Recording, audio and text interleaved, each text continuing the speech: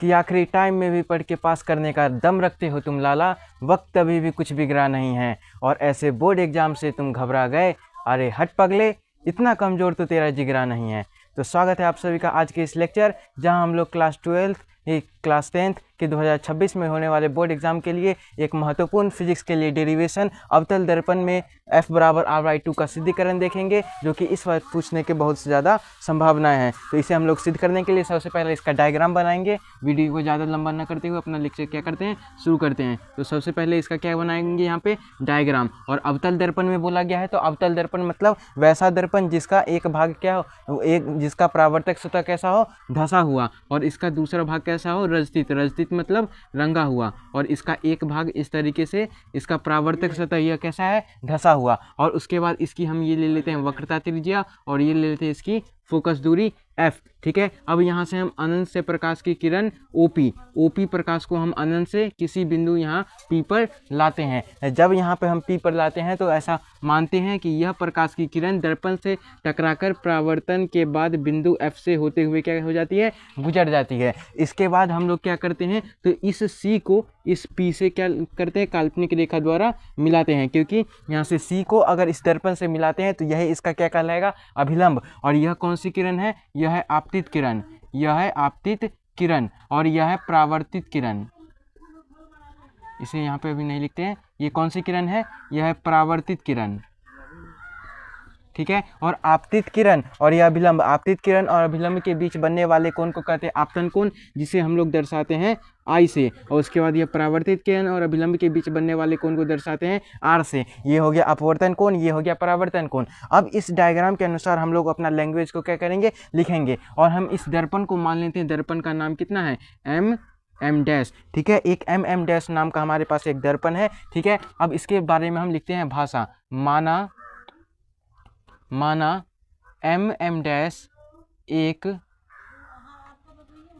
अवतल दर्पण है। माना M'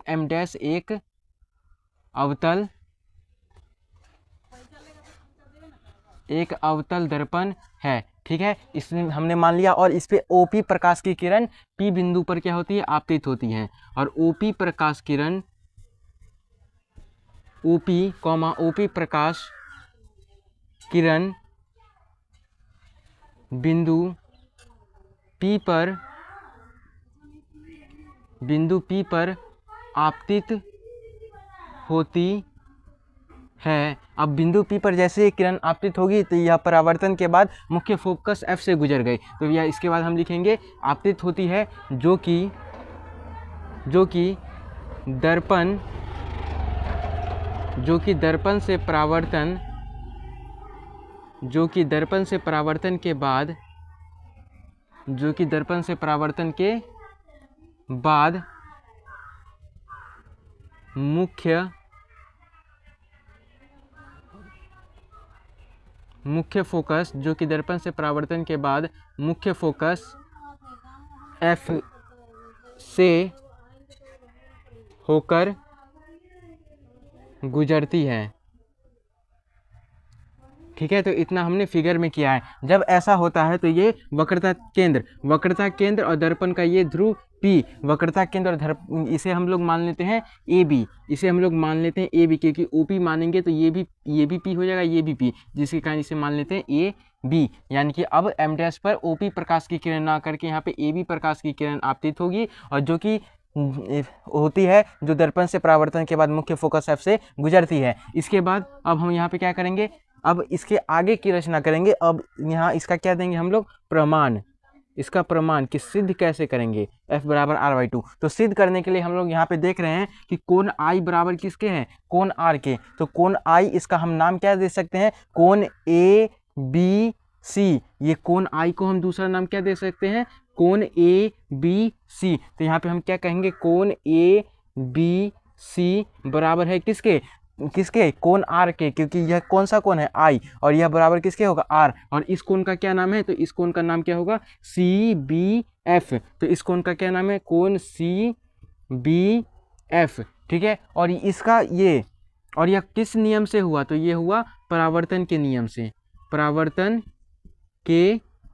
से, ठीक है। और परावर्तन का नियम क्या कहता है, तो परावर्तन का नियम कहता है कि आपतन कोण तथा परावर्तन कोण क्या होता है, आपस में बराबर होता है, जिसके कारण कोण ये है आपतन कोण, ये परावर्तन कोण दोनों आपस में बराबर हो गया। उसके बाद हम देखते हैं कि एक रेखा ये जो है आपतित किरण है और यह है अभिलंब को मिलाने वाली रेखा, ठीक है। और इसके एक समांतर गया है जिसे हम कहते हैं मुख्य अक्ष या फिर प्रधान अक्ष। अब यहाँ पे एक कोण बन रहा है जिसे हम कोण आई कहेंगे, और यहाँ पे एक कोण बन रहा है जिसे हम कोण क्या मान लेते हैं, कोई सा भी कोण मान लेते हैं, ये थीटा, ठीक है।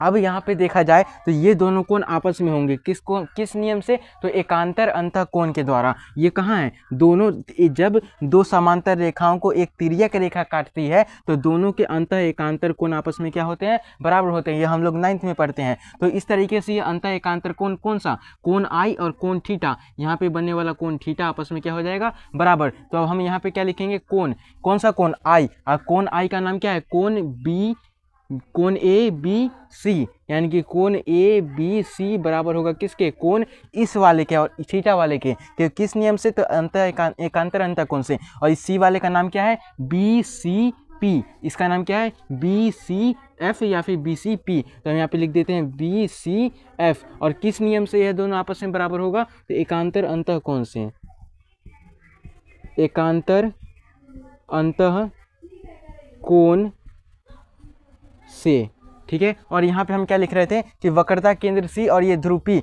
वक्रता केंद्र सी और ध्रुव P के बीच की दूरी को हम कहते हैं वक्रता त्रिज्या, जिसे हम दर्शाते हैं कैपिटल R से। और मुख्य फोकस F और ध्रुव P के बीच की दूरी को हम लोग कहते हैं क्या, ये मुख्य फोकस F, फोकस दूरी, ठीक है। इसे क्या कहते हैं, मुख्य फोकस, इसे कहते हैं मुख्य फोकस। और मुख्य फोकस और ध्रुव P के बीच की दूरी को क्या कहते हैं, फोकस दूरी। ये हो गया फोकस दूरी और ये हो गया वक्रता त्रिज्या। इसी दोनों में हमको क्या ज्ञात करना है, संबंध। अब जब हम यहाँ तक ये चीज़ें कर लेते हैं तो अब हम देखते हैं इसका LHS बराबर है तो RHS भी आपस में क्या होगा, बराबर होगा। इसको मान लेते हैं समीकरण फर्स्ट, इसको मान लेते हैं समीकरण सेकेंड। अब क्या कहेंगे, समीकरण किससे, समीकरण फर्स्ट और सेकेंड से, समीकरण फर्स्ट और सेकंड से हम लोग यहाँ पे क्या देख रहे हैं कि इस दोनों का LHS बराबर है तो RHS भी आपस में बराबर होगा, यानी कि कोण CBF बराबर कोण BCF, ठीक है। तो इतना में कोई दिक्कत नहीं होना चाहिए। अब हम देख रहे हैं कि यह दोनों कोण कहाँ है,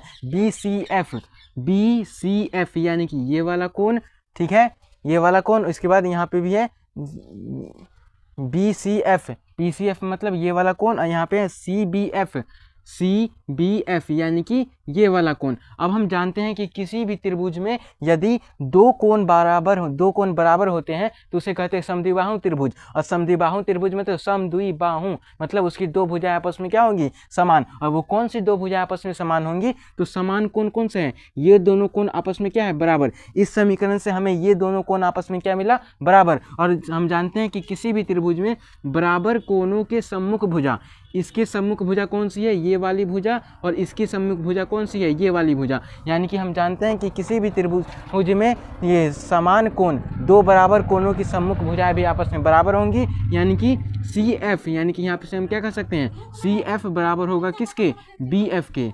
CF बराबर किसके हो जाएगा, BF के। तो अब हम यहाँ पे इस समीकरण थर्ड है, इसे क्या मानेंगे अब हम, समीकरण थर्ड। और समीकरण थर्ड से हमें क्या प्राप्त होता है, या फिर नहीं भी मानेंगे तो चलेगा, क्या लिख सकते हैं। अब यहाँ पे किस त्रिभुज में, त्रिभुज BCF में, त्रिभुज BCF में दो कोण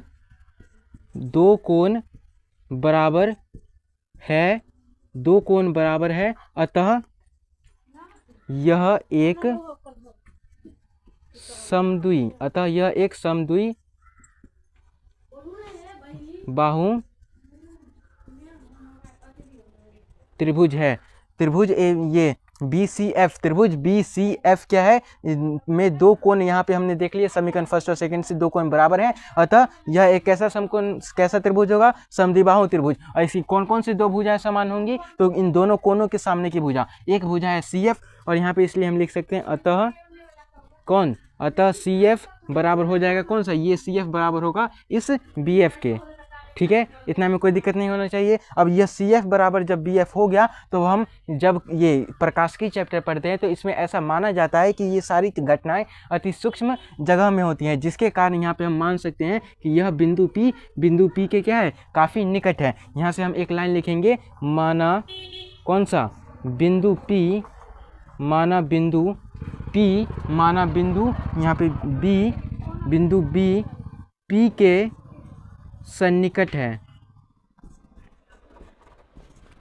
सन्निकट है, यानी कि दोनों बिंदु आपस में क्या है, काफ़ी पास है। और जब दोनों बिंदु आपस में काफ़ी पास है, यानी कि यहाँ पे ये F ये इस तरीके से बन रहा है, ये है कौन सा P और ये है B। और जब दोनों बिंदु आपस में काफ़ी पास है तो हम B के जगह P लिख सकते हैं, P के जगह पे क्या लिख सकते हैं, B लिख सकते हैं। तो इस तरीके से हम क्या कह सकते हैं कि जो ये दोनों बिंदु आपस में क्या है, काफ़ी पास है, यानी कि इसको हम कहाँ पर ला सकते हैं, यहीं पर हम मिला सकते हैं दोनों को आपस में। तो हम क्या कह सकते हैं, P ये F से लेकर कर इस B की बीच की दूरी और इस F से लेकर के इस P के बीच की दूरी दोनों आपस में बराबर है, ये कि बिंदु B और बिंदु P एक दूसरे के काफ़ी निकट है, जिसके कारण हम कह सकते हैं यह जो BF होगा वह BP के क्या होगा, बराबर होगा। तो यहाँ से हम क्या लिखे हैं, बिंदु B बिंदु P के सन्निकट है, जिससे हमें क्या निष्कर्ष निकलेगा कि FB बराबर होगा किसके, FB बराबर होगा किसके, FP के। तो इतना में कोई दिक्कत नहीं होना चाहिए। अब हम इसे मान लेते हैं समीकरण